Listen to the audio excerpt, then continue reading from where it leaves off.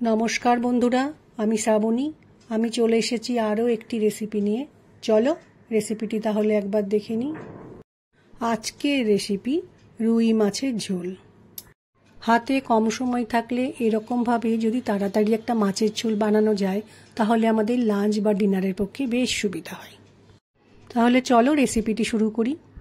रान्नाटा बानानोर जोन्नो आमी रुई माछेर 4टे पेटी निয়েছি। माछेर पेटिगुलोके भालो करे धुए निये एर मध्य आमी एबार नुन ओ हलुद दिए देब।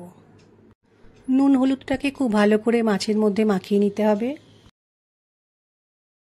माछेर पिसगुलोते नुन हलुद माखानो हये गेछे। एबार आमी माछगुलो भाजार जोन्नो प्यानेर मध्य सर्षेर तेल दिए निয়েছি। सर्षेर तेलटा गरम हये गेछे। एबार आमी एकटा एकटा करे माछेर पेटिगुलो दिए एकटु भालो करे भेजे नेब। माछेर एक दिक भालो करे भाजा हये गेले माछगुलो उल्टे आर एक दिकटा भालो करे भेजे निते हबे। माछगुलो भाजा हये गेले आमी एकटा प्लेटेर मध्य तुले रेखे दिয়েছি। एबार এই भाजा माछगुलो दिए आमी एकटा माछेर झोल बानिয়ে नेब।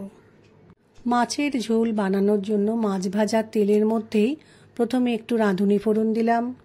एरपर अल्प एकटु कालो जिरे फोड़ने दिलाम। फोड़नटाके एकटु भालो करे भेजे निते हबे जेन काँचा ना थाके आबार पुड़ेও ना যায়। एबार एकटा गोटा शुकनो लंका फोड़नेर मध्य दिए खूब भालो करे भेजे निয়েছি। एकटा बड़ो टमेटो ग्रेट करे रेखेছি सेटा एबार प्यानेर मध्य दिए एकटु समय रान्ना करते हबे যতক্ষণ ना टमेटोर काँचा गन्धटा যায়। आमी एकटा बोलेर मध्य परिमाण मतो जिरे गुঁড়ো धने गुঁড়ো लंका गुঁড়ো ओ हलुद गुঁড়ো दिए अल्प जल दिए एकटा मशला बानिয়ে रेखेছি। এই মশলাটা মাছের ঝোল বানানোর জন্য আমি প্যানের মধ্যে এবার দিয়ে দিলাম।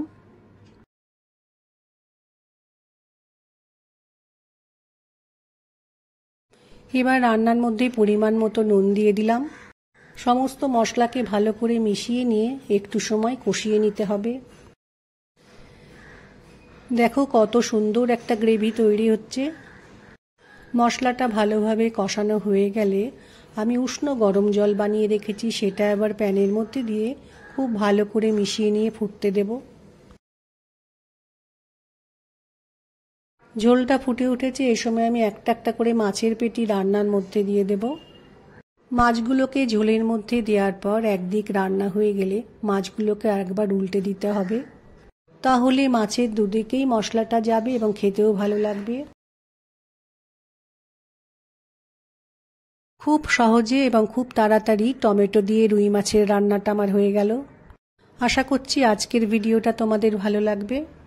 মাছের পেটি ছাড়া মাছের গাদা বা যে কোনো মাছ দিয়ে এই রেসিপিটি বানানো যেতে পারে। আমার আজকের রেসিপি ভালো লাগলে লাইক শেয়ার ও সাবস্ক্রাইব করো। ভিডিওটি দেখার জন্য ধন্যবাদ। ভিডিওটি আজ এখানেই শেষ করছি। ফিরে আসছি আরও একটি রেসিপি নিয়ে।